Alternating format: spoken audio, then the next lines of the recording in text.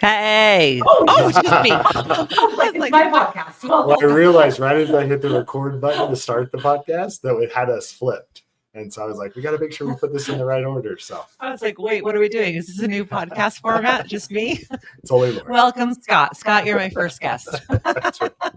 Well, we're so excited to have all you guys back. For those that were able to jump on with us with our live Q&A on Thursday mornings, we had a lot of fun talking with fans about those hot takes, you know, the exciting things that were happening with this episode.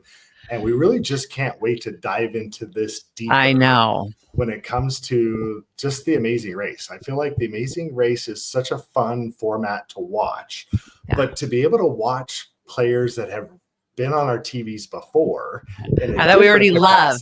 We know them. Yes. Oh, so exciting. So fun. So we're going to bring in our first guest with this video that I had to dig a little bit deep to find. And I kind of take pride in like digging the deep vaults of the internet. This is a gem. Kind of fine, but they might be a little bit nervous. Like, what is he talking about? But yes, let's bring on our next guest with this video introduction.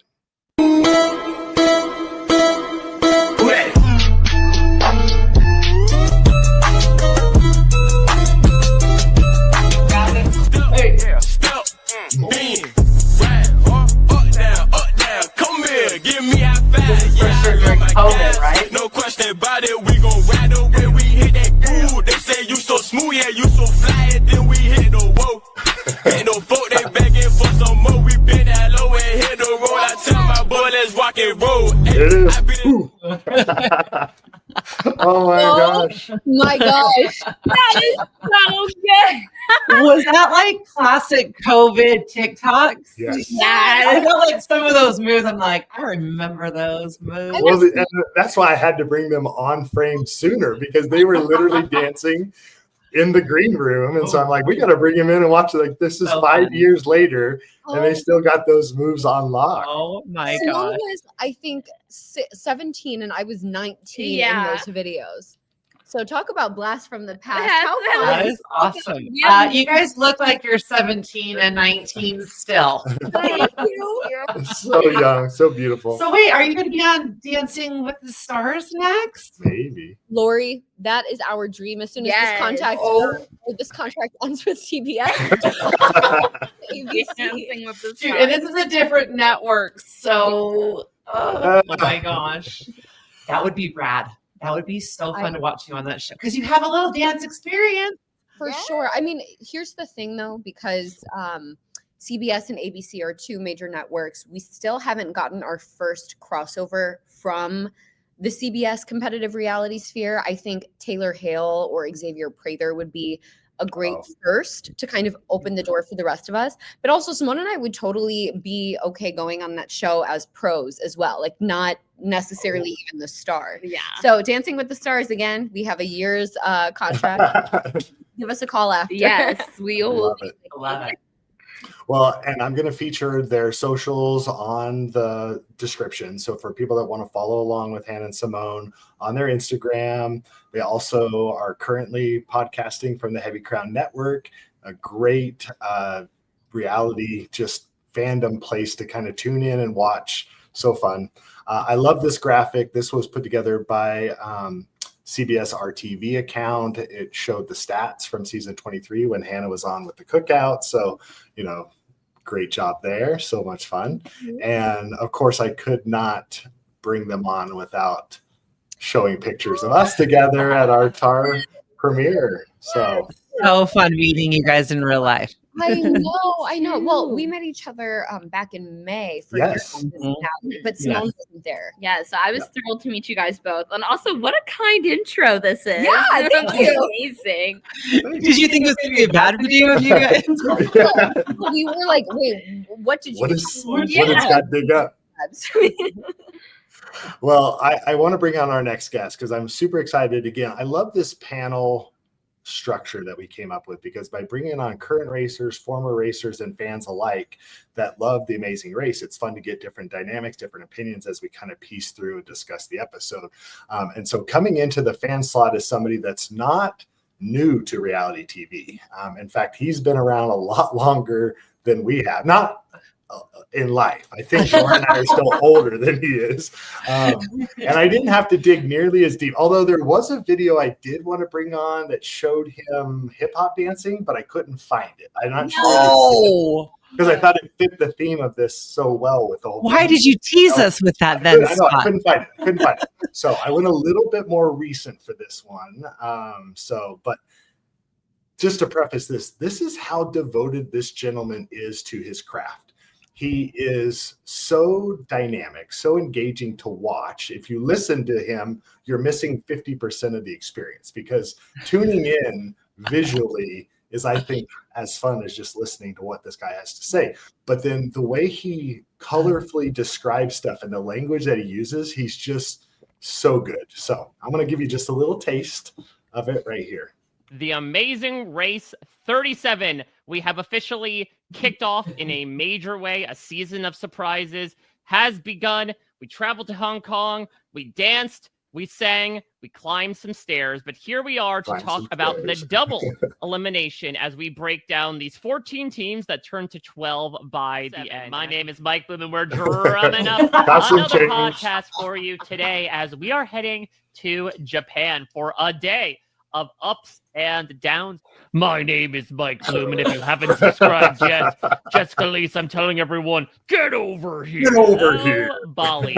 We are here to travel to Indonesia as the heat is on, not only temperature-wise, but drama-wise, as we have a brand new twist to break down in all of the very interesting choices there. My name is Mike Bloom, and we are here to talk about a major wipeout on the Amazing Race this week, as a front runner not only gets sent out to the back of the pack, but is outright eliminated. We have plenty of thoughts, I'm sure, about this W-turn vote, and every name is Mike Bloom. And we could go on forever. You really could, shamelessly so. I love, look at these two cool people showcasing how great they are. Look at this goober goes to the closet of putting Party City in business. Week after week, throwing something together and hoping that there's at least a modicum of people that are able to enjoy the ridiculousness. Thank you for having me on. Oh my God. Mike Bloom, coming to us from, for those who don't know, Rob has a podcast featured on there a lot with We Know Amazing Race, correct? That's the new title. Yeah. We've undergone like a loose rebranding. It's sort of like European Adventure, right? Like that's what we technically call it, but does anyone really call it that? And then also writes for Parade Magazine, does exit interviews each week with all of our teams as they leave. So definitely somebody that you, if you're not tuning in already to, should be. Because again, I'm just so impressed with how he can spin together descriptions and words that I think are just, I don't know, so fun. So well, even on the, what was the other thing that you were reading to me? The BCC thing. Oh, Chat BCC. The Chat BCC. Yeah. He's like, listen to what Mike said this time. And I was like, you have to like pay attention. There's like little zingers that he gives. Yep. Thank you. I know it means the world. I loved getting to talk with you. Obviously, we've had the chance of getting to meet in person, so I am thrilled for any and all opportunity. That's why we all decided to match today. We're all color coordinated. We are now the true Amazing Race Green team. You can take that title. And yeah, if you want a sneak peek as to what's got the stuff club that has made the cutting room floor, I was in a Wendy's commercial in 2013 where I was part of the Hip Hop Dance Club. And that is me trying to, I don't even know what era that's from, because it doesn't belong in any time period, let's just say. Well, and fencing. What was the fencing still from? So the commercial was all about how like you could be different if you eat at Wendy's. And so it was like yearbook photos. And so I was at a fencing club. I was in the dance. You were well diversified. I look like I belong more in the fencing club than the dance club. I will say that much. Anyone can be a dancer. Yes. All right. Well, we're going to kick right into the episode because, again, I think we could spend hours probably chatting, and I'm not sure they want to listen to us for hours. Maybe they do, but I think people are here because they want to talk about episode 4 of season 38, Amazing Race, entitled "What Would Houdini Do?" And it saw racers leaving to head towards Budapest, Hungary. And this was the first time visiting Hungary since season 6, I believe, of the Amazing Race. So Had a lot to Kinda live up iconic. to if you've watched that season 6 episode. There was my cohort Jessica Lee said it's one of her favorite Amazing Race episodes of all time. Wow. Obviously, much more pleasant circumstances regarding the teams than season okay. 6 by comparison. But I don't know. Luckily, Hannah and Simone, you didn't have to eat a disgusting amount of soup over your time in Hungary. Well, we Yes, were thank goodness. actually just talking about this with Kat and Alex. Like, is there anything that you guys would not do for a fast forward, for example? And I think Alex said anything to do with heights, he would have perhaps chickened out of. Kat said she would do anything except eating. Live worms. Yeah. Mm. Simone said she would do anything besides like swimming in a cave. Just Mm. any like. Like dark and closed. Yes, exactly. And then I said I don't think there's anything that I wouldn't do. Yeah, Would you do the classic Chen enjoys? Would you shave your head for a fast Big forward? head. Yeah. that was what we. Well, what about you guys? You Yeah. three. I'd shave my head for $1 million. So I do know when it comes to eating things, Lori's a no. Like that's easy.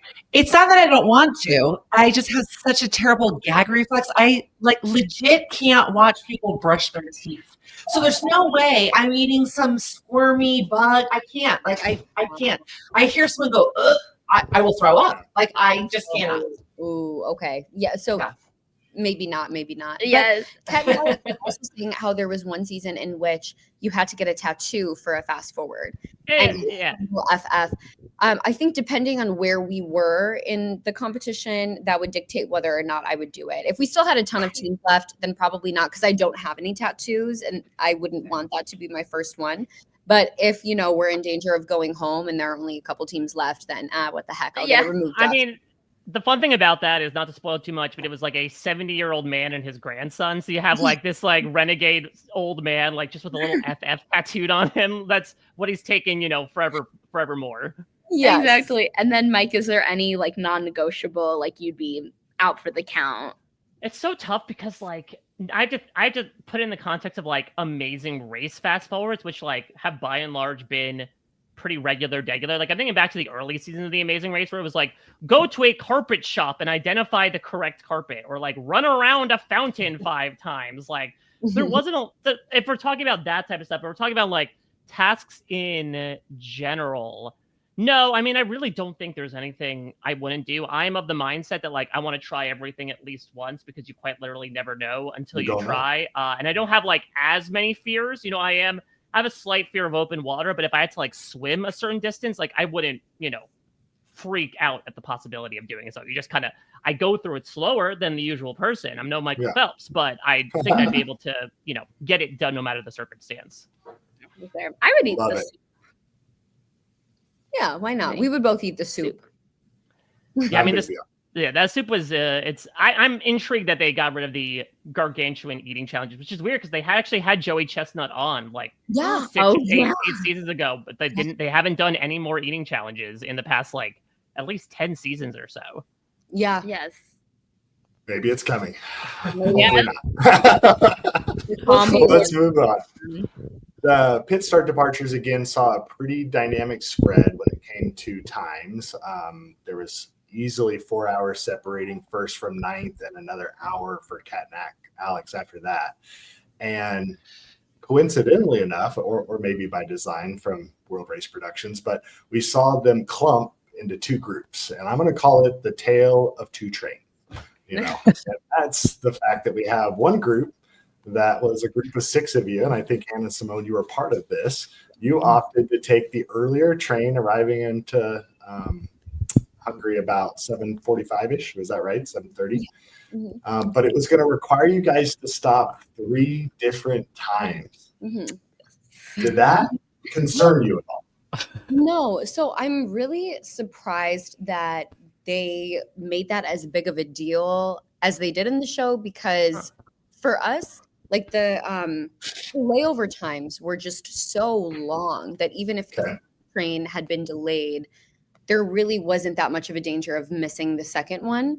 Whereas like in the second episode, when we went to Prague, and remember Team Trainwreck was formed, the alliance of Joseph, Jag, and Natalie.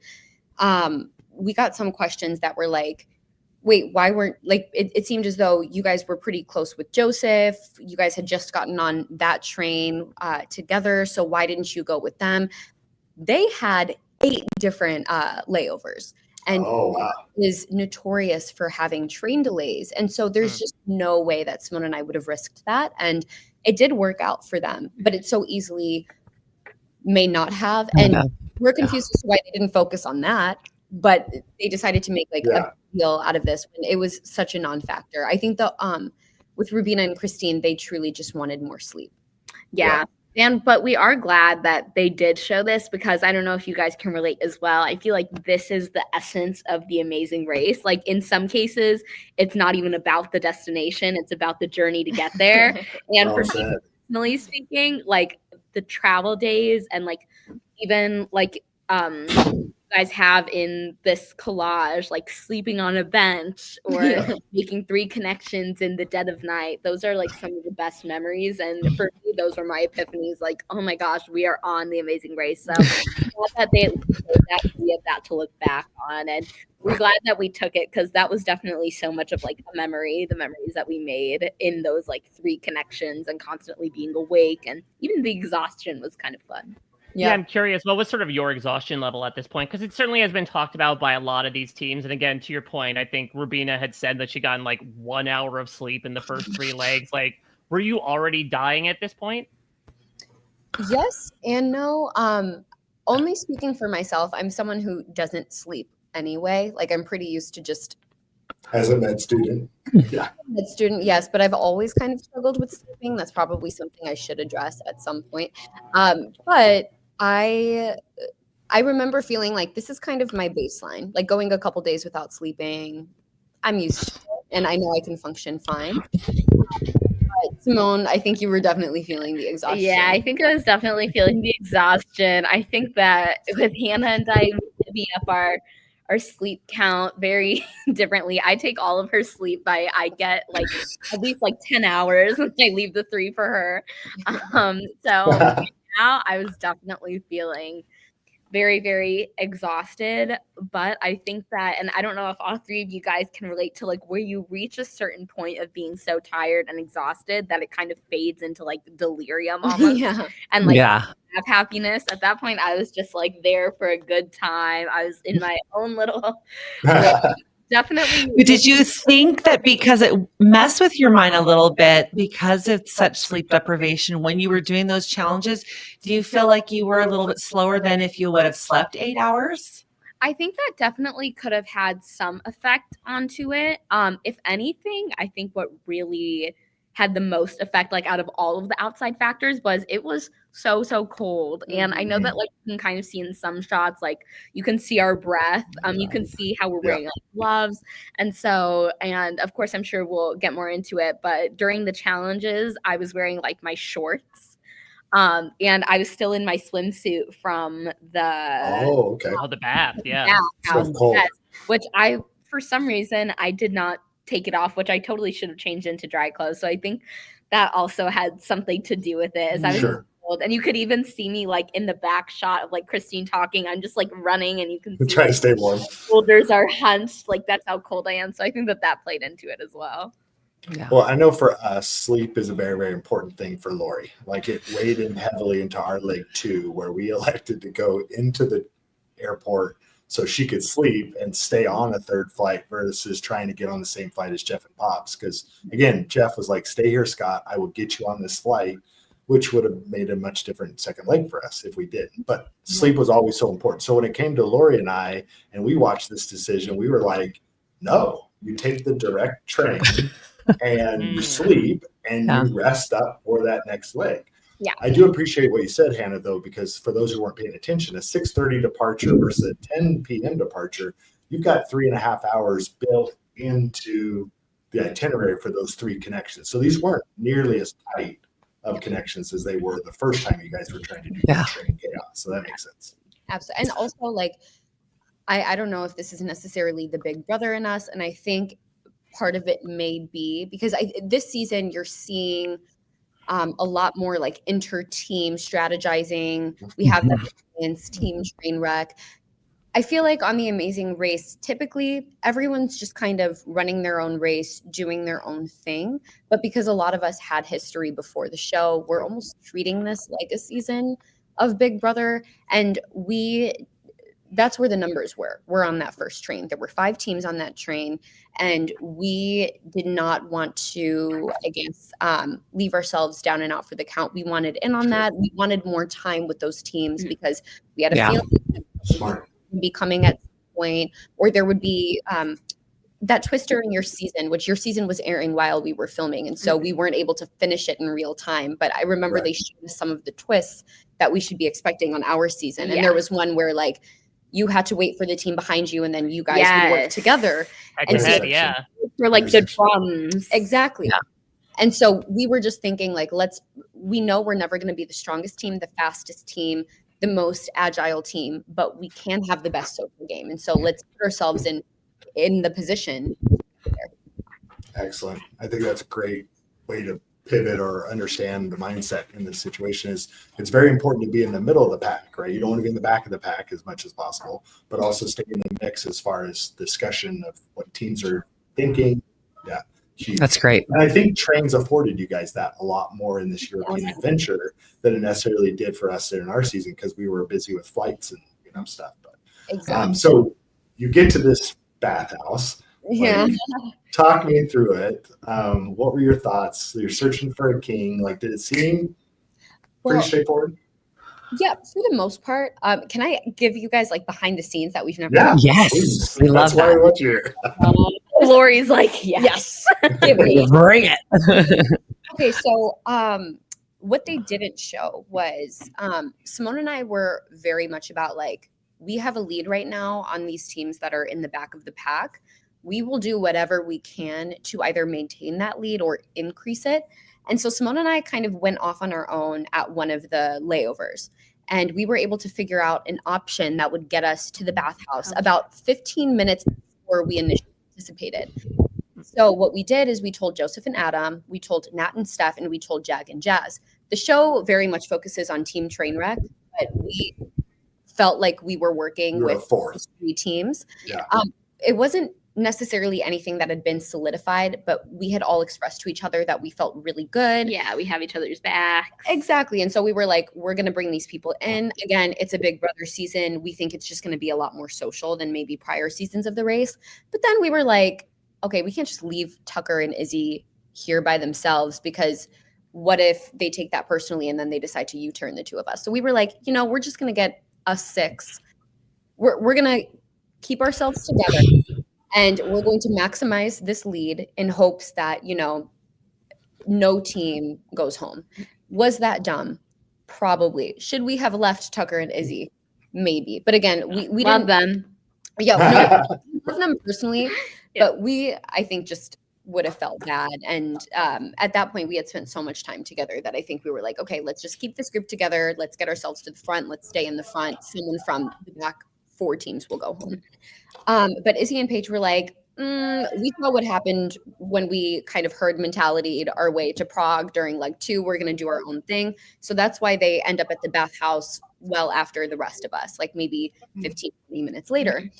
So we get to this bathhouse and we read the clue and then we're put on ice for 30 minutes by production.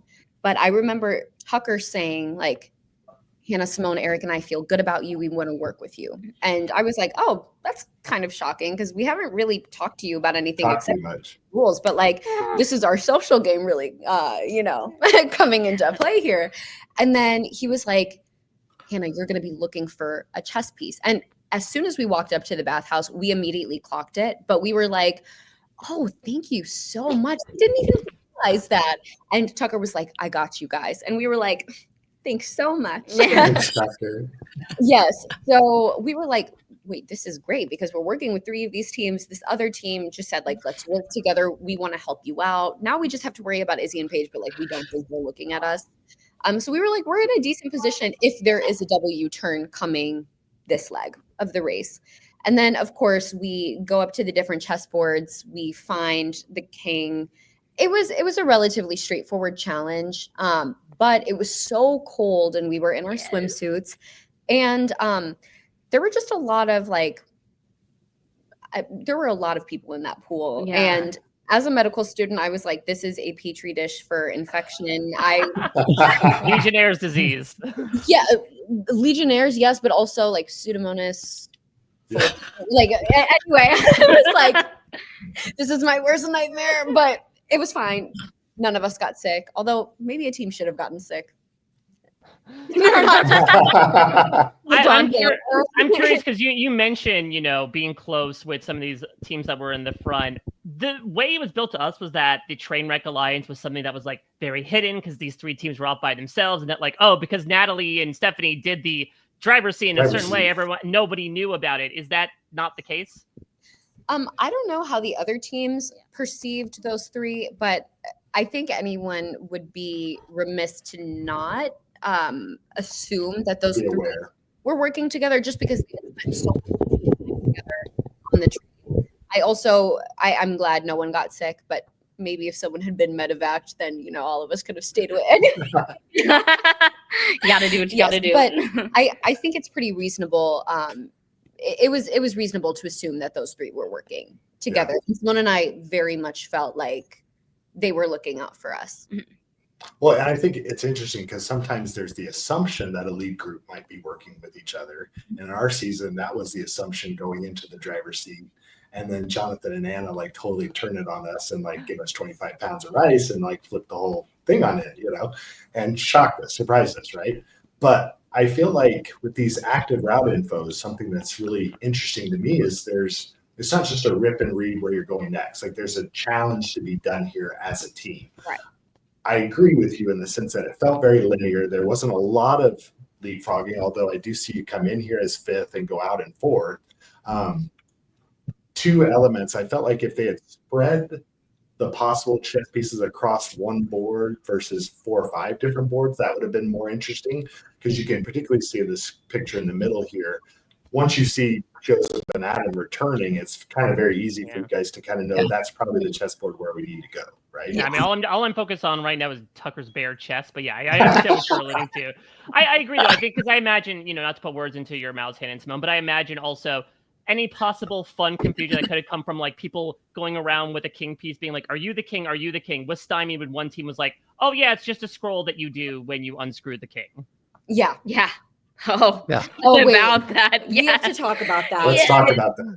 You take it away, because Tucker and Eric, they got that so quickly. We made it way harder than it needed to be. Yeah, Simone, take it away. So essentially, I mean, as you all saw, it was just simply unscrewing the bottom of the chess piece, and then the scroll just fell out. Well, we were having a little bit of trouble. It was obviously Hannah and me, and then Joseph and Adam, and then Natalie and Stephanie as well. So we all got the chess piece at around the same time, and you can kind of see that with Natalie and Stephanie, and then Joseph and Adam asking the receptionist at the desk. Right. Hannah and I were right there with them. We were just out of frame.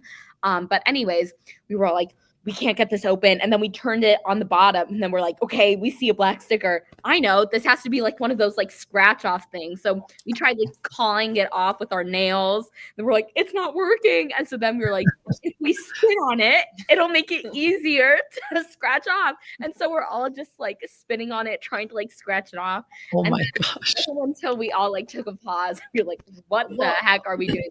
Then Stephanie. No. We were actually able to read something on the titanium bottom. factory. So it said titanium on the the words titanium on the bottom. And so we go up to the receptionist and we're like, is there a building made out of titanium? Is there a titanium factory? Is there a titanium statue? And we were like, can you look it up for us? Is Hungary known for titanium? And she was like, I have no idea what you guys are. Yeah. Oh yes. Until why did they not show that? That's hilarious. Oh my god. They were not going to show a full Huck to a moment on the Amazing Race. Yes. Oh my But gosh. could you imagine if this active route info had been hijacked herd mentality wise in a whole different pursuit because you misinterpreted we would have all shown titanium, which wasn't even a clue. At a titanium factory. I know. That's hilarious. That would definitely be an amazing race first. Yeah. The group lost together. Well, you finally figure out you need to twist the base off, and there's the clue inside. It tells you kind of where you need to go.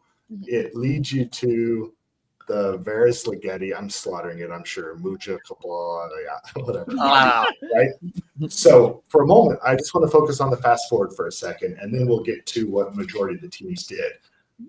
Was there any thought given to, let's walk inside the building and just see what the fast forward's about? Like, I felt like didn't even register for most people. Yeah. So I can kind of explain why we didn't. And remember, we were so like pretty much the entire race, we had this multi-hour insulation from the teams that were in the back of the pack. And so we were in a position where we knew we had the ability to make mistakes, and we still probably wouldn't go home unless it was like a super grave mistake that you just can't come back from. Mhm. And we knew the second we saw the other teams, it would feel like the amazing race where we would actually be fighting for our lives, and there was no more margin for error. So on our way out of the bathhouse, that's when we see all of the like the teams in the back of the pack running into the bathhouse. All right. And we do get a glimpse of that with Izzy and Paige. Yeah. They're coming Right. down the steps as Yes. the others are reading the clue. So you did see other teams when you were leaving as well.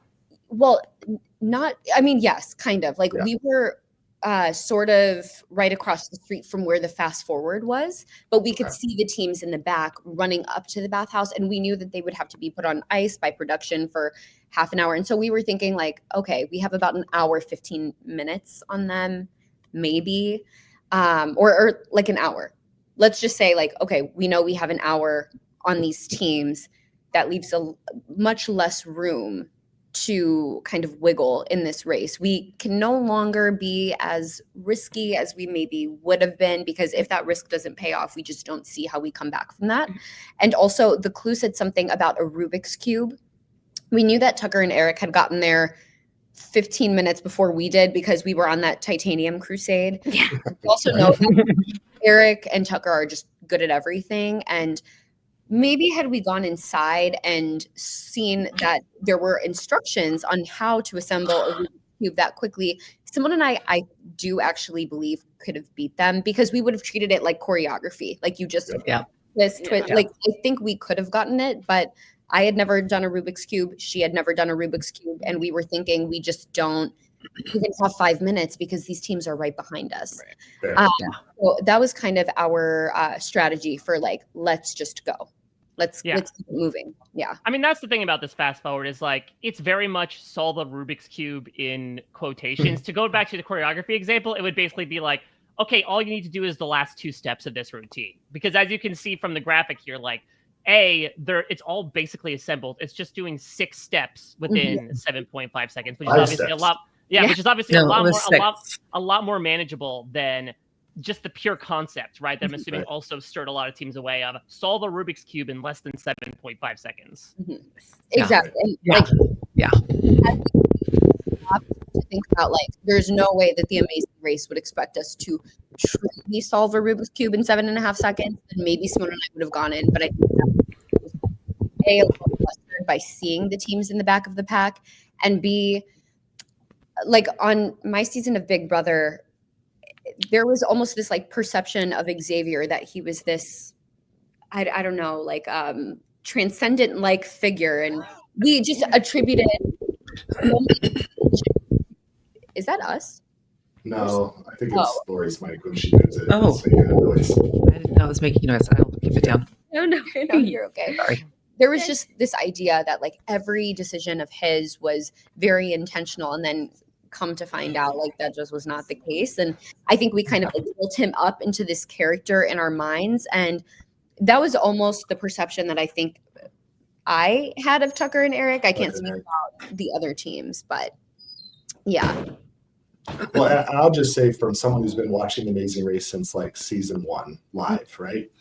I break down how they place some of the fast forwards at a distance, right? Like you almost have to sacrifice the time of traveling to that location, seeing what it is, and then potentially losing out on time if you don't get it, and then have to go back and start your race from square 1 or Right. square 2, whatever it is, right? Here you were like at the location. Like it felt like a no-brainer to me to at least take a peek at what was going on, because Lori and I did the same mistake. We initially, when we're doing our little notes, because we play along with you guys at home, and we're like, nah, we don't want to solve a Rubik's Cube because like, let's just go on. And then when we see it's just literally these 5 steps twice each, we're like, oh, maybe we could have done that faster, you know? I mean, I will say though, speaking of fast forward, it's definitely better implemented than your season, right? Which was like you couldn't peek in, right? One It was literally person the had a first chance. team to get in that car Right. had Yeah. the fast forward basically no matter what. So I'm glad that fast forwards are obviously a very different beast than they were back in those early days. Not everyone has the ability to compete with that, and it is basically first come, first serve. But yeah, I am a little sad that they didn't have the opportunity to have these, you know, people go head to head, because to watch these boys get so confident and happy when only one of them got it, only Right, one we're done. but they both had to do it, like that. Again, to your point, that could have been something that would have sent them spiraling to the back of the pack. Yeah. Well, and I intentionally grabbed this screen grab that shows 5 different stations set up that could have allowed people to solve them. So, you know, again, my frustration with bar season was there was not the forethought given to multiple teams having a chance at the fast forward. So seeing World Race Productions create this fast forward in a way where there could have been several teams vying for it got me excited, you know, but then to see nobody else really try was kind of discovered, but we move on. It's fine. Exactly. And again, like perception is everything in games. And in my mind, again, can't speak to anyone else, Tucker and Eric were almost like these perfect beings who were just puzzle gods at everything. No, but just at everything. Everything. And Simone and I were reflecting on the fact that we would like on train days, we would host jazzercise classes and aerobics classes and stretch classes for everyone. And we were like teaching everyone how to cheerlead. And we did this move where like you put your leg kind of behind your head as you're standing up. And Eric tries it, has never done cheerleading before and gets it. And he's so flexible. And we were like, how did you do that? And he was like, yeah, I think I'm just really flexible. Yeah. And we were like, how are you so good at everything? And he would do like leg holds where his knee was practically touching his forehead throughout all of the race. He was training for the Boston Marathon. So the Deloriers are bionic. So we were like, this is a no-brainer. You're going to solve it in 5 seconds. Exactly. All right, so you rip and read, or I guess you don't. You've already ripped it. You've just decided not to do the fast forward. So you set that aside. You now read the rest of the clue, which tells you're going to go to Ludovica, who's our, again, I'm slaughtering language, but you had issues getting taxis or not? Kind of. Also, wait, Okay. can I just say one more thing about the fast forward? Yeah. I think herd mentality is what a lot of us up this season, and this is something that Simone and I kind of had to unlearn as the race continued, was to really just trust our own instincts. I think had we showed up to the fast forward maybe by ourselves, we would have at least taken a peek. True. But we were with Nat, we were with Joseph. We felt really good about those 2 teams, and all of us kind of decided like we're just all going to. Yeah. And then in terms of getting a taxi, Simone and I had a little bit of trouble, but definitely not to the same extent as Jag and Jazz and Joseph and Adam. But like Izzy and Natalie both got to the horse stadium before we did, even though we started looking for taxis before they did. But again, like within maybe 5 minutes of each other. So I don't want to claim that we had too much trouble. Yeah, with Jag and Jazz though, like we were standing like across the way. Like we very much did see them, especially since like they had left the bathhouse like decent time before us.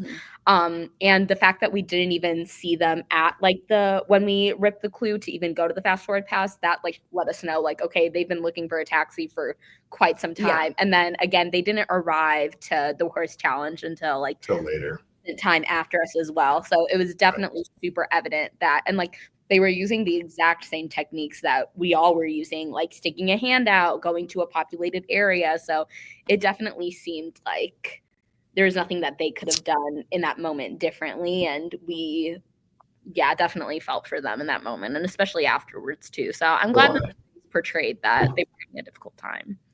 And I grabbed this screen grab because I wanted to show that it seemed like Jag and Jazz were like in the wrong spot, at least at this point, trying to catch a taxi on this busy street. Because like when we were in Hong Kong, I believe it was, we got off the ferry first of all these 10 teams or 12 teams that were exiting, 13 teams, right? And we were one of the last ones to catch a taxi along with Courtney and Jasmine because we were in the wrong zone for where people pick up to go to the area where we were trying to go. They didn't show us struggling as much as they showed Courtney and Jasmine. And I just had to admit for people that packed it, we made the mistake of just being in the wrong spot. But you clearly can see that they struggled. They had a hard time. They put the hood up. Within a couple of minutes, they get a ride. Like, that's super frustrating. I feel bad for them.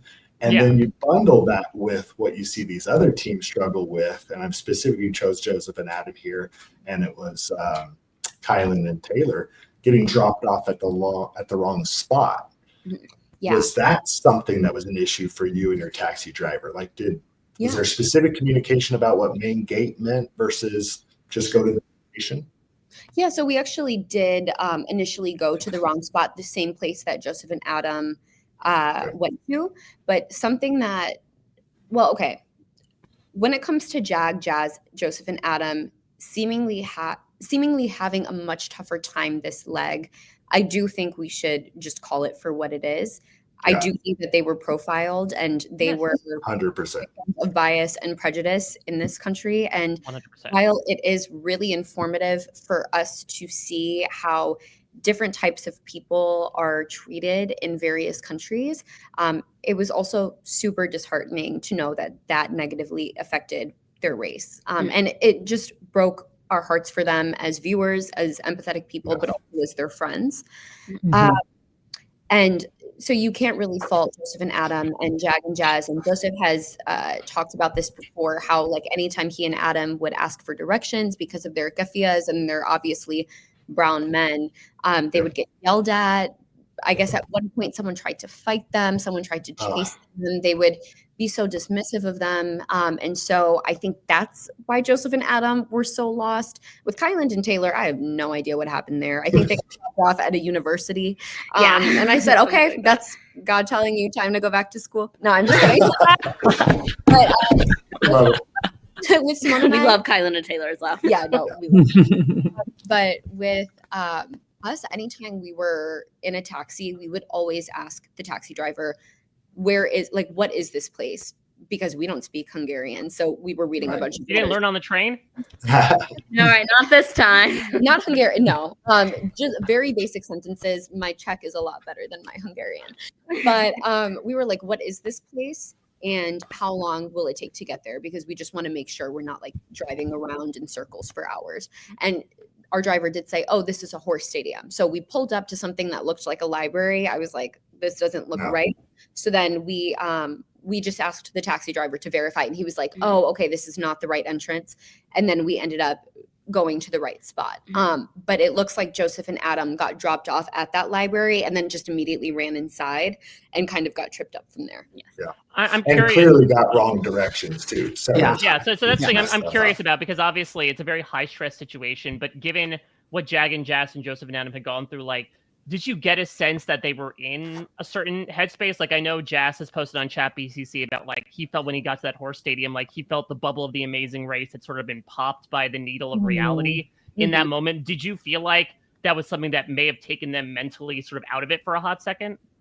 I mean, I will say, since we had gotten there before them, I was standing out in the line that you could see while the rest of the people who weren't doing the roadblock are inside. And waiting so inside. immediately seeing Jag come outside and then immediately seeing Joseph outside, I mean, I think that that's genuinely just the testament to the kind of people they are. I don't know if they were also like still subconsciously in shock, but they didn't let a smile fade from their faces once. And they were very much like, hey, it's good to see you guys. Like, let's all help each other. And so, truth be told, I didn't find out until like about any of this until after the race. And that was genuinely because, again, you could not tell at all that this is what they've been facing. That is also a testament to, unfortunately, and they did kind of touch on this in their confessionals, that's just something they're used to.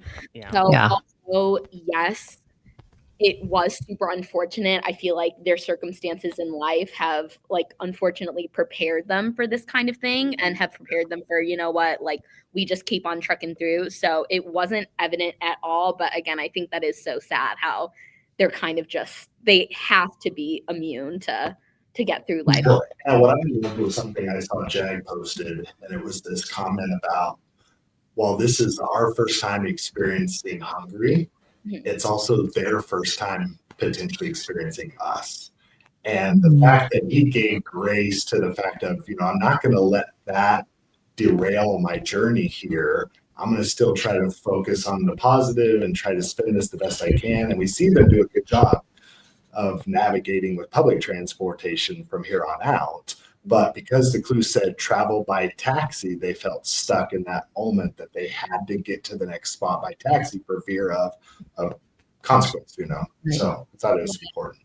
No, 100%. And I'm sure that we'll get to it when we talk about like Houdini's house, but they like fully committed to like, we can run this. Like, so basically Houdini's house, and so sorry if I'm jumping the gun with this as well. Okay.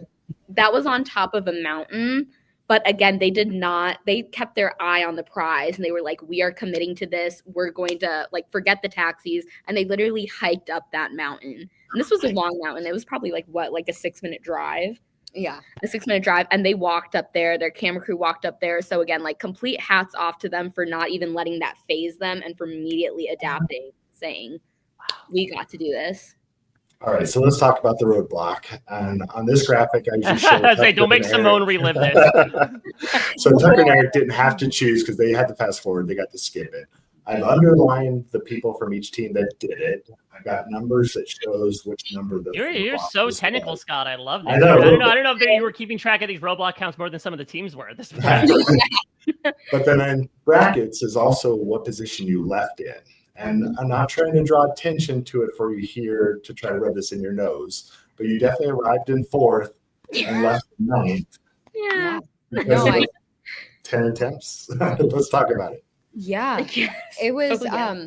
okay, so we asked the taxi driver, like, what is this? Oh, it's a horse stadium. Simone, I think you've been on a horse before, right? Yeah, I think so. Yeah. Whereas I think that's what you said in the car. Whereas I have never been on a horse. And I always like have really yeah. wanted to do something like this. And Hannah is just like gracious enough as a sister to be like, you know what, like You do it. go do this, like you go live out your dreams. Yeah. And so that's how we came to that decision. Yes. And And then it became also a nightmare. Oh yeah, that dream turned real quick. it also said something. Simone had, and she talked about this on the show. She's a choreographer. She's been the captain of a dance team before, or like the vice president of your dance team in college. And so we were like, Simone, we decided Simone has more experience coaching than I do. She's been on a horse. I haven't. And she wants to do this. And who am I to take that away from her? So that's how we kind of decided that it would be her. Yeah. Yes. Makes sense. Mhm. I'm going to throw this graphic up here. The 7 seconds when your horses stopped moving on that 8th attempt. Like I was dying inside. We were yelling at the TV. We're like, go! Oh my gosh. Yes. So I will say, I don't remember what attempt this was. It had been, I think it was your 8th. probably, oh yes. Okay, wait. Yes, you guys did. I'll just say that. I will say after a minute, it became like a Groundhog's Day kind of effect with me not changing literally anything. Like I was genuinely just accrediting this all to luck. Like, you know, I didn't get it this time, but I'll just do the same thing and then maybe next time I'll get lucky. And so that obviously didn't happen. And essentially what was happening was I was looking at this from the mentality of a car. I was thinking, okay, in a car, obviously, if you have a pedal, the more pressure you apply, the faster it goes. The less pressure you apply, you're just kind of like coast. But if you want to go fast, you have to put the pedal to the metal. And so that's how I was approaching this horse challenge, was the more pressure I put on the reins, the faster these horses will go. But like, wrong. It's the complete opposite. And so I think what happened in this moment where they were so close to the end was, I guarantee you, I was applying pressure on the reins, so they were stopping.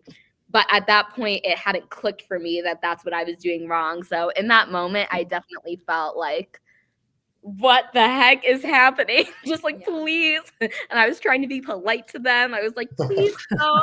Like, thank you. And I was thinking, like, shoot, like if the roles were reversed, like I would go for them. Yeah. So I was thinking, like, why can't you guys go for me?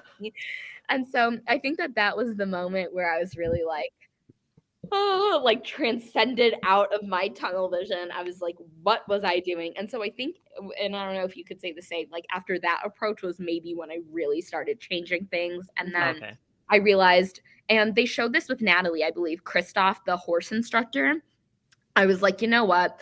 I'm just going to go back to Christoph and I'm going to have him go through this tutorial one more time in case I'm missing something. And he did. And then that's when I asked him a clarifying question with, okay, so to make them go fast, I tighten and put my hands more forward on the reins for pressure. And he was like, not in the slightest. And I was thinking like, 2.5 hours later, I'm now realizing this. And so after that moment on, Oh my gosh. things started changing. But I think that was definitely like a super epiphanic moment. Well, and I feel like it's important for the viewer to understand, like, this is one of those roadblocks where you have to get in the queue and wait your turn to go again. Yeah. And each team's getting 45-second attempt, but also like the time to get on the carriage for them to reset the course. Like, there's a significant amount of time that's being lost here as you watch people try it and fail. And exactly. And I mean, like the rain. Oh, so sorry. I was just going to ask you, I know with me, with any animals, I always want to try to engage the animal first to just be like, I'm cool. Like, let's have this let's work bond. together. That includes humans too, right, Lori? Not just all Yeah, animals. that's right. That's right. But I didn't see anyone talking to the horses, and maybe that was a rule. I don't know, but I would have been down there petting them, being like, okay, Fred, or whatever this name is, like, we got this. Like, I would have tried to do something, but maybe it was a rule. Yeah. I would say it wasn't a rule per se. I mean, that's a good point because I feel like in theory, obviously, like I've even heard people say like the same with like plants. Like if you try to really like get to know the plant or like become one with the plant, like the plant will grow. So I totally hear where you're coming from. I mean, I obviously can't speak on behalf of everybody, but if I would have had to guess, like everybody was so tunnel vision on Race brain. gap is getting closer. Exactly, with the race brain. But everybody was like, okay, the gap is getting closer. The other teams will start arriving in no time. I have no time to waste. And it almost felt like in that moment, like sacrificing the time to really like breathe, become one with the horse was not an option. It was very on the horse, you start going, you have Get this done. get off. Exactly. And I wonder if maybe it was also some form of I don't want to take that time from the team behind me when every second matters. So if I'm spending time maybe even like giving the horse like one pet, that's taking 1 second away from the team behind me. And maybe consider it. thinking like that. Race for $1 million. Yeah, true. I wonder if it was maybe more so just like in the mind of the race, you're thinking like I have to go, and like the risk was not worth the reward. Maybe it would have been, but in hindsight. I mean, ultimately, like that roadblock, I don't think it was meant to take a super long time. Right.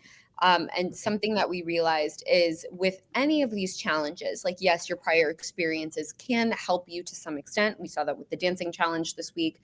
However, the Amazing Race is never going to throw something at you that isn't like it's just Impossible. Exactly. It's never going to Other throw than something ninja. that's impossible to get within a short amount of time. You just have They did. I was was saying the shurikens was probably the sole exception there. Impossible. Anyways, you're right. You're right. For the large part, these challenges are not meant to be impossible once you get.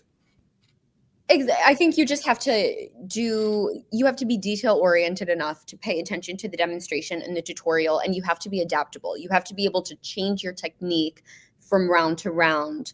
If you recognize that like something just is not serving you well at all.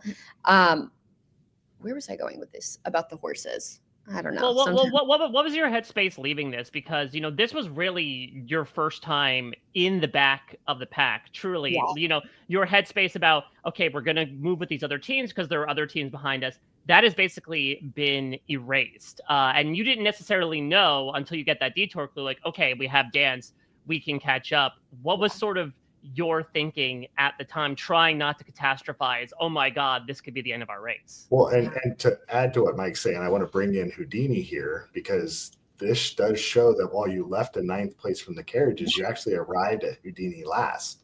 So for the first time in the entire race that I can tell, you guys get to a clue and there's no other clues, right?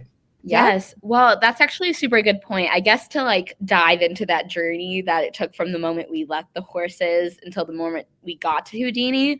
For starters, well, we obviously left before Christine and Rubina at the horses.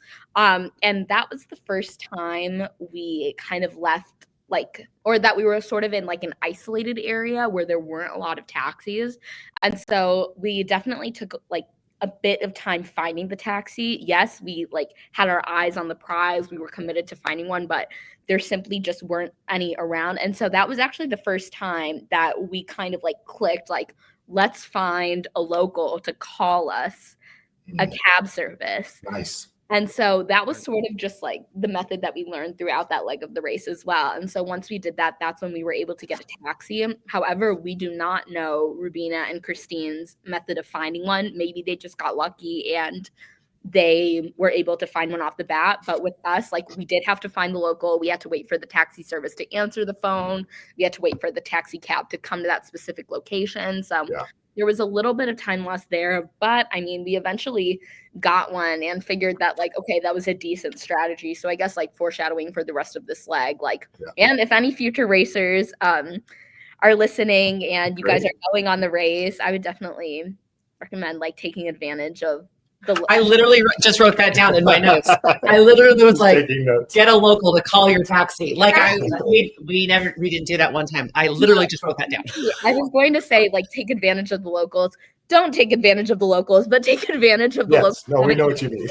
In a kind way. Well, and I feel like there's so much that I've already learned from you guys in these 4 episodes. Is like the amount of time you spent learning the language beyond just a few key phrases to the point where you could pull off your check as flawlessly as you did, like, was just so cool, you know? And so I love the fact that we're 38 seasons into this race and there's still lessons and tricks that are being taught to those of us that are like super fans since season 1. So good job on you guys learning these little tricks. Thank you so much. Because that definitely, like, I think the name of this game is being resourceful, and Simone and I were genuinely excited to just interact with the locals in every single country and city that we went to, because that is part of the charm of the show. Like, yes, you're competing, yes, you're racing, but you also get to see the world and you don't have to pay for anything. So in leg 2, like, us seeing that local when we did, and us just being able to talk to him in Czech and like respond and kind of understand what he was saying, that saved us maybe 5 minutes right there of going to the wrong spot and then having to turn all the way back around. And then even in leg 3, in the countryside of the Czech Republic, they do speak a different dialect. Simone and I were kind of able to learn some of that dialect. So we were pretty much speaking in Czech that entire day. They didn't show any of that. But that helped us out too with directions, and it saved our butts. And so, yes, I think in this leg, us being resourceful and thinking like, let's just get a local to order a taxi in their native language, because we're not seeing anything. That helped us out too. But yeah, Rubina and Christine, I don't know how they got their taxi so fast. Maybe they learned Hungarian. Maybe they are. Well, I do want to just a couple of shout outs real quick. I do want to throw it out to Natalie and Stephanie, as well as it was Kylan and Taylor that got that horse thing in two attempts. Like, so amazing to be able to adapt so quickly and get that roadblock hugely, there. But then the momentary thing here with the active route info, I have to give a shout out to Joseph and Adam for a little bit of a misstep. Like, they literally broke their key, right? And Big Brother, keys are so important, right? And there was a little bit of like, this is why they don't bring back the key wheel, because Joseph would have broken it on BB12. Probably. So how frustrating to sit there waiting for production to figure out what the solution is going to be for your mess up of their challenge, this active route info, while you watch another team come through and leave. Like, that had been hard, right? Hard. Only Joseph and Adam. And I don't know about you guys, but anytime there's any sort of like equipment malfunction, they actually don't give you time back unless that's the difference between you staying and going home. And like that happened to us on leg 1, actually, where This was at the cheese market, and Simone and I, Strap broke. it was, I went back and I watched it. It was mine. Oh, it was yours. Yeah. Oh, Yeah. I forgot that one of you said that one of your straps broke as you were lifting the cheese. Yes. It was Hannah. Yes. And we ended up having to wait. And during that time waiting, 3 teams lapped us. And we were like, so do we get time back or what? Because this strap, it's not like I broke it. Like I just went to put it on and it broke. That's your guys' problem. And you just like, you're having a sit here. And they were like, if this means the difference between you staying or going home, we'll give you the time back, but it's not going to affect your start time in the next leg if you guys end up staying. And we were like, that's a bummer. Yeah. That actually has some roots like back in like season 2. So I'm gonna take a real deep pull here. So leg 2 of season 2, I believe they were in Brazil. And there was a team, actually the co-founder of Tom's, the shoes, was on the Amazing Race. Blake Mykoski, along with his sister Paige. What? And so they were on their way to the pit stop and their car broke down. And so another team passed them by and they got eliminated and they threw a shit fit. They were like, this isn't fair. It's not our fault. And so that's when that rule was created, that if it is something that impacts your survival in the race, you will get that time credited back. Otherwise, it's fair game. Maybe. You know, I want to like... Not for us. Not if you hit a bird. Not if you hit a bird and you you pulled sidelined 6 over for minutes. 6 minutes. And you lose the race by team 6 beat you minutes. by 6 minutes. Which sucks. And I was sucks. like, I want to do that, like, go back to watch like old seasons and to see like which rules like hadn't been in place yet. Kind of like legs had it. But I mean, even like their dynamics back then were so interesting. Ooh, have you guys seen the season with John and Victoria? They probably Oh, yes. Yes. I'm rewatching season 20 right now. It's the last time they did a returner season, but it's so interesting because it reminds me a lot of this season because a lot of the teams already know each other and they know what their weaknesses are, or what they're good at, or who they can trust, who they can't trust. But yeah, there's lots of things I'm like, they would never do that nowadays. Like they keep changing rules all the time. Yeah. Exactly. But yeah, no, I can't wait to have what I would say, Simone, is watch season 6. Maybe don't watch for Jonathan and Victoria. I did everything I see. I'm like, how the heck did they act like this? Like, I have to see it for myself. Welcome to early 2000s reality TV. It really was the Wild West. Yes. In your head, or like he would like punch the backpack, like. I'm like, it was just a mess. Well, this is as bad, but it's Vixen and Kent literally pulls someone out of a tuk-tuk and says, "Get out! We need this tuk-tuk." I'm like, what are they like? They just literally pulled a body out of this tuk-tuk to get in to get. I am like, this would never fly. I would never do that, but I'm like, this would never fly. No, 100%. It's crazy. Or even like Colin, we will reference this sometimes, like when he was like, no, like I'm not giving you the $50. And he's like, I don't care. We can take this to court. But Simone really did put the fear of God in me because of Colin and Christy. On the race. I don't think we correctly recalled the circumstances of why he ended up in jail. We thought that he simply did not have enough money and it wasn't his stubbornness that landed them in jail. So Simone and I were like, oh my God, what if like the $200 that just isn't enough money? We don't want to go to jail. No, we don't. We were like, our check isn't good enough to get us out of that situation. And then Simone and I were like, we can't spend any money at McDonald's. All of these teams had apple pie, Coke, coffee. And Simone and I were like, one coffee and one order of 5 chicken nuggets. That will split. We were like Oliver. I'm obsessed with this. That because of the Mandela effect of Colin complaining about his cab driver's flat tire, you're like, we can't go to Czech jail. Yeah, we can't go to the gulag. Can't do it. Like, if we don't, like, if we get the 10-piece over the 5-piece, like, we will just end up in prison. So we were like, we don't have time for that, as Christy said. We don't have time to open up a trial. We don't have time to talk to the president or the leader of the Czech Republic. All right, well, let's get to the detour. This was the moment when you pull out the false bottom, right, at the Houdini house. You find the clue, you rip and read, you find out it's either juggling act or balancing act. Yes. I love the question about what does it mean to juggle? what are rings? Like that was just so hilarious to me. Maybe that's the wall that Simone was describing. That like you hit a place of delirium where you don't know what juggling is. Yes. Maybe there's some trick language they're trying to use here, and I need to read into this more. No, it says juggle 5 rings for 10 seconds. It's like in the additional information. Steph, what is juggling? Steph, what are rings? I love them. They're in so the front of the pack. Keep going, girls. But yeah, that was funny. It was Natalie's birthday. She can ask about whatever she wants to. Okay, Yeah, exactly. She can ask what rings are. Something else that they didn't show is we made like a little makeshift birthday card out of like pages in our notebook for Natalie. Yeah. And we gave it to her on the train. And she was like, thank you so much, girls. I really want to work with you. Yeah. I can't wait until the final leg when you're like, where are our notes for the memory task? Oh shit, it's Natalie's birthday card. It's in the birthday card. And look for like take out nut and stuff when you have the chance. Yeah. That's awesome. Well, hats off to you, girls. Oh yeah, you you killed this it. challenge. Oh, good. Yeah, I'm going to jump to the next slide. We'll come back to this one because I want to dissect some of the other teams' attempts and stuff. But I love the tweet that you put out there, Hannah, with the behind-the-scenes team. If anybody didn't grab it, what did Phil tell you? Give us the scoop.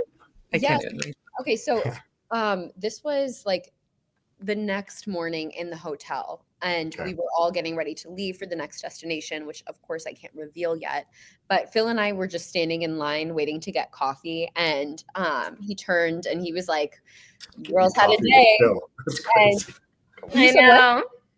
Getting coffee with Phil, like that's just is crazy. So hopefully you keep maintain going. like a 6-foot distance because he sounds like he's coming down with something by the time he's talking to you guys. He probably got this stuff from the Turkish bath. He's He's the one that got sick. Sorry, go ahead, Hannah.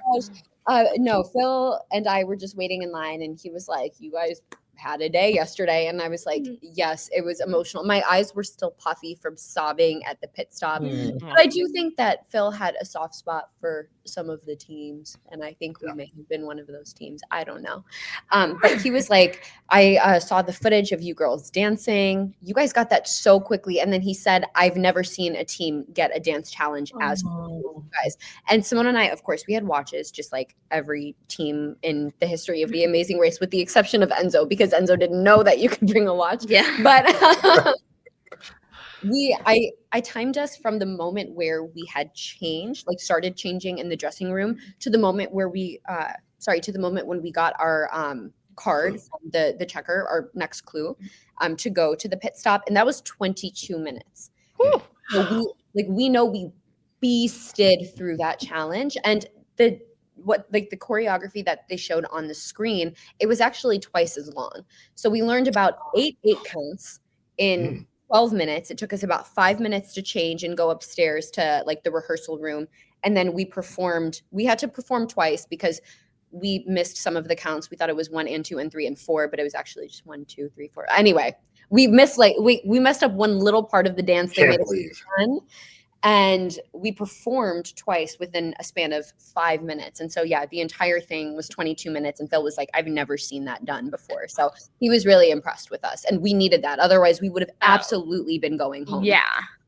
Did the bottles throw any sort of spanner into the works? Because again, as Phil talked about, it seems like the bottle task is something that's seen in an iconic basis multiple times of the Amazing Race. The bottles were sort of an afterthought, considering it looks like everyone was okay with them. Yes. Yeah. And I will say, since like we're both trained in ballet, I feel like that definitely helped with us naturally when we dance. Posture is just something that's like added to the equation, sort of like instinctually. So I feel like the bottle was never really a thought because naturally when we're danced, we're taught to stand up straight. Yeah. But on top of that, our parents actually, when we were training for the race, like they were there with us every single step of the race, always like studying with us, watching with us. And the bottles are no stranger to the race in seasons prior. And so when watching Will and James's season, actually, how they did the bottle challenge in Paraguay, I think, after that, our parents were like, all right, now you guys need to practice with books on your heads, glasses on your heads, bottles on your heads, whatever it takes. So we did have a little bit of prep in that regard. Now, dancing bottles, we didn't prepare for, but naturally, like being ballet trained helped. Yeah. I love the inception of Will and James watching Rachel Riley do it, and then you watching Will and James Yes. watching Rachel Riley do it. Yeah. Now there might be people watching you do it. Yeah. Yes. Full circle. It's like the Spider-Man meme, but with bottles. Well, and we paused it. This was the still that I grabbed because Lori's like, that's how you can tell that they're dancers is look at their arms to finish at the end. Oh, yeah. Like, trained They're not like, oh, there's like, experts. well, it looked effortless. Like, I know you guys are dancers, but you still, it just looked like a 5, 6, 7, 8, and you were done. Like, it just looked like you guys made up the dance. It was so simple and easy. You made it look effortless, and it was beautiful. And I enjoyed watching you guys do this. Thank you. Simone It and was I, awesome. the one I got to thing- practice bottles, though. I got to write that down. I Write never down, practice write with down. bottles. literally the one thing we wanted was a dance challenge. We were like, of course we want to win the million, but like we want to make it to the dance challenge. And we were so excited when we ripped open that clue. They didn't show this in the episode, but Simone and I hugged each other and we started jumping up and down and we were like, we're not going home because Yes. Knock on wood. Yeah. Love it. Love Love it. No, Well, I mean, no, and- yeah, it was incredible, and And the that's the same great way thing that- about the Amazing Race and about this episode, right? Is like no matter what place you're in, if something goes wrong with navigation, or you hit the right Yeah. task or the wrong task, that could be the difference between first and last place. And granted, it was not first, but like still, like you jumped up from Count. 10th to 4th. Yep. You know, Yes. like that's wild. And Yeah. I think that's what's so important for people to realize is that there are moments where you can get in your head and Yeah. almost foil your own race by like, oh, we're out of it. Like we're in last place, we're done, and you kind of just wait to be eliminated because Phil's going to come out and say, hey, you took too long, bye-bye. I'm going to go to bed. But the reality of it is until you see Phil, the race isn't over. And so Yeah. you can't allow yourself to get into that headspace even once. And so in the same way that you fell from like 4th to last, this one challenge saw you guys go from last back to 4th. Like that was so awesome to be able to watch. So Thank you. Thank you And guys. I do have to give a special shout out to Simone because I would say one of the biggest things that I learned from my little sister is quite literally just to keep smiling and to Aw. remain optimistic. And she is the queen of that. Despite us taking hours at the roadblock, she never, like, I never saw her lose her smile. I never saw her lose her positive attitude. She was still so kind and polite to everyone that worked there, including the horsies. And so I think that is the sole reason why we were able to stay cool, calm, and collected, because I would have probably gotten flustered if I were on my own. But Simone was very much the heart and the soul of our team. Like, Hannah, let's just keep going. Yes, we might be in last place, but we can't stop racing because we haven't seen Phil. And so I think that energy really did allow us to plow forward. And that's the reason why we had the comeback that we did. And Hannah has that natural spark do in not. it too. I mean, the I got it from was Hannah and my parents. So No. Hannah also has such like a bright and optimistic attitude. And if anything, the one thing that I really learned throughout this whole race from her was always keeping on your toes, never giving up when it comes to finding a new strategy. And so that helped as well throughout this whole leg. Thank you. love it. I love you girls so much. So to set up this whole other thing that I want to hear you guys talk about, Yeah, talk about never giving up. Joseph and Adam, they choose juggling. They're stuck there for what feels like forever for them, I'm sure, and us. 134 attempts at juggling is a record, I think. in the Amazing Race. Now, for what it's worth, you guys said your dance choreography took quite a while to be able to do. Their attempt could have been 2 seconds. They fail, they start again. One thing I did see that was posted on Chat BCC by Taylor was that after I think 2 or 3 attempts, there was wording said that you had to get back into the queue if other teams were waiting. That would have been very much like what the horses was because there was only one main ring with the ringmaster, right?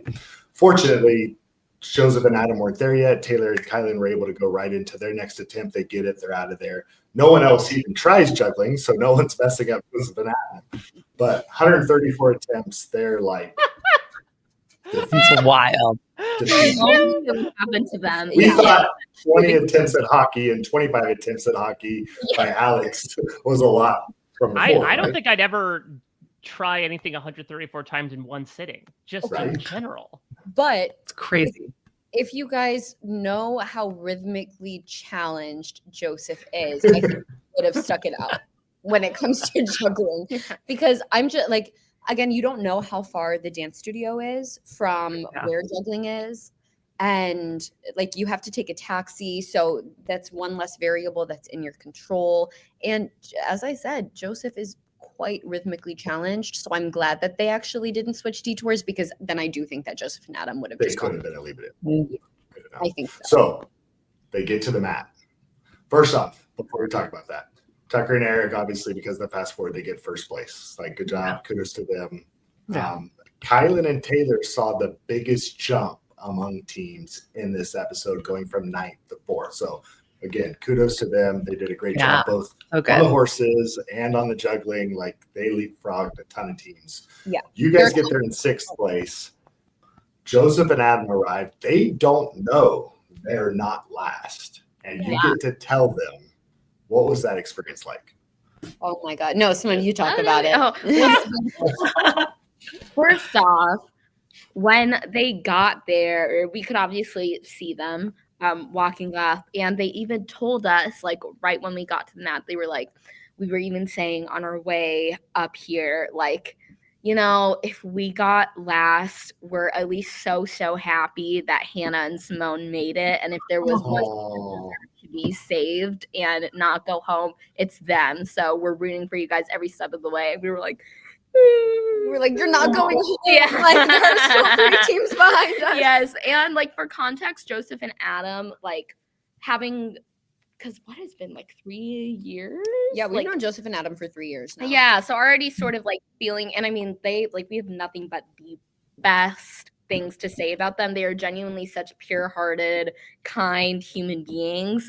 And so the fact that even though like they thought that they were last, and the fact that they still managed to turn that into saying kind words to us, like, that's such a testament to their character. And we like just lost it. Well, and I feel like they were the ones that helped facilitated you guys getting on that train back on the way to Prague, right? Like, they were scanning passes, making sure you and your crew got on, right? Yes. Like, these are gentlemen. Absolutely. Like, 100%. there is no way that Simone and I would have caught that first train in leg 2 had it not been for Joseph and Adam, because if they had been like, okay, girls, you're on your own, you have to make your own transaction, you have to give them your name and your birth date and this and that would have taken way too long. We actually got onto the train as it was moving. Like, that is how tight our timing was. And so we truly do owe Joseph and Adam so much in this game. And we were crying out of happiness because they got to continue racing and we got to continue racing with them. Yeah. And Yeah. it was just a really beautiful moment. We love those. It felt Yeah, well, poetic what to was me your in the reaction same when way Bill that said it was a they- historic reaction? That it was Yeah. the most Yeah. emotional he's ever seen 2 teams on the mat. At first, okay. So Phil, his face looks like he's looking at us quite longingly, and he has like this sweet look. But there was one moment where we were all sobbing so hard that we were borderline dry heaving on the ground. And I look over at Phil. His Ugly crying. It was ugly I was crying. like, what is happening? He's probably thinking like all of this for literally like the 4th leg of the race. Like, this isn't even fine. And It's also, a lot to save. and like, you guys are still racing, so I'm just so confused. And I was like, I'm sorry, Phil, I know you didn't sign up to be a therapist this morning when you had your call time for work. And Phil was like, it's okay. No, and Phil was like, I've never seen this much emotion on the race.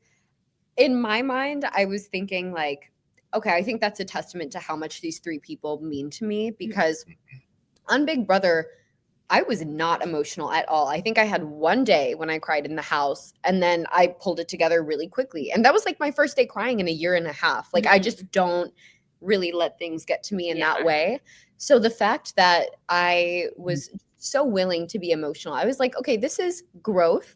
I think I'm healthier when it comes to processing my emotions now. And again, like, these 3 people just mean the world to me. And so of course they're going to get an emotional reaction out of me. Yes. And I felt like it was poetic because of the fact that in the same way they were ushering you guys in to your race and like 2, you guys were right there to like tell them your race isn't over, boys. Like I thought that was so super cool. Yes, and then also going back to Scott, or I can't remember, Scott, Lori, or maybe Mike said it, just about like the Abden boys being like gentlemen. A story that I do love to share about them as well is like, again, even outside of the race, of course, they are just so kind. Like even we were at one of like the Big Brother events and our mom was there with us as well. And we were calling our Uber, my mom and I, and then Joseph was like, oh, here, like, I don't want you guys to wait out in the middle of the street alone. I'll come with you. And so then he took off his coat. It was raining. And then he put it over our heads. And he was just like, here, I don't want you guys to get wet. And then he walked us to the car. And then he opened the car door for my mom and then like helped her into the car. Oh my It's little stuff like that, that again, this is completely out of the race. Like this is just literally everyday life. They were definitely raised right. And Oh my gosh. No wonder those horses felt a certain way around him. the Miss Taylor Hales. No, Joseph was such such a a good mess on those horses. They don't even begin to show what was going on, but Joseph was going backwards. He went outside the stable at one point. We were like, what is happening? Oh my And then God. he shows up, and all of a sudden, you would think he like grew up the as horse whisperer. Yeah, Yeah. Adam was so adorable teasing him. That was too funny. Oh my gosh. But no, I just have so much respect for those two and their whole family. And I'm so happy that all of America gets to see their hearts because I just love them. We love them. Yes. Yeah. Well, we unfortunately had to say goodbye to Kat and Alex, who we had a chance of being guests on our podcast this last week. Such a sweet couple. Like watching them take care of each other has been so fun. You know, particularly with Alex, his love of the race, but you can tell it's his love of Kat that keeps her anchored and keeps her going, which is so awesome. This next slide just shows some placement averages. Just interestingly, even despite Jazz and Jag finishing poorly here, they're still dominating as far as their average goes. But then the second graphic shows some jumping as far as people that jumped the most positions or lost positions on this race. So I feel like that shows the Jazz and Jag, Joseph and Adam dilemma in this episode. It significantly affected their race, this struggle, you know, with how things kind of was for them. But let's look forward at next week's episode. We do already, thanks to Paramount, have a teaser about what episode 5 is. So we have an episode title. It's I Want to Be a Little Angry Now. And it says teams travel to Croatia where a double U-turn shakes up the race. And I know you guys can't talk about this a lot because you'll get in trouble with Mallory and the press team. Imagine they're just like, oh great, here's what happens next week. I was worried. I'm like, I better pump the brakes on this before they get too excited and spill the tea. But clearly it says that there's going to be a double U-turn and there's a frustrating roadblock that brings some teams to tears. Not like we haven't seen enough tears already, but it's going to be a good one. Yeah, it looks like I think this is going to be like up until now. This has felt a little like summer camp, and I think this is going to be the turning point in the season where you start to see some maybe like old rivalries kind of come into play. New rivals being formed. Tell me more. That's all we can tell you, but. Wait till we're off. We'll turn this off here in a second, and we'll just stay on, and you just like fill us in. I'm thrilled for this, because I've enjoyed the season so far. I do feel like it kicked into a new gear this week in that we got to see a little bit more of the mixing of these three groups that had kind of existed the entire time you were in the Czech Republic, and so now we've seen some strategy happen. But that's sort of the reason for the season, right? Is you bring in these actual substantial elements that you all can work with, like the driver's seat as a great example of like, okay, here are tools we can actually flex our social strategic skills. That might not be the 1A reason everybody watches The Amazing Race, but as someone who covers all of these shows, it's a really fun element. And I'm excited, especially if it does create some newfound bad blood. You mentioned season 20 before, like, you know, we obviously don't want to see it to a really ugly personal degree, but we like to see a little bit of jostling between teams. Yeah, absolutely. Sorry, go. I was just going to say, I think you guys have some drama to look forward to. And is that not, I guess, like an enticing reason as to why you would bring on former Big Brother alum who do know each other, because you get to see some of that history, some of that context play out. Whereas in other seasons of The Amazing Race, because everyone is strangers, not everything is deep rooted. Does that make sense? Yeah. Oh, totally.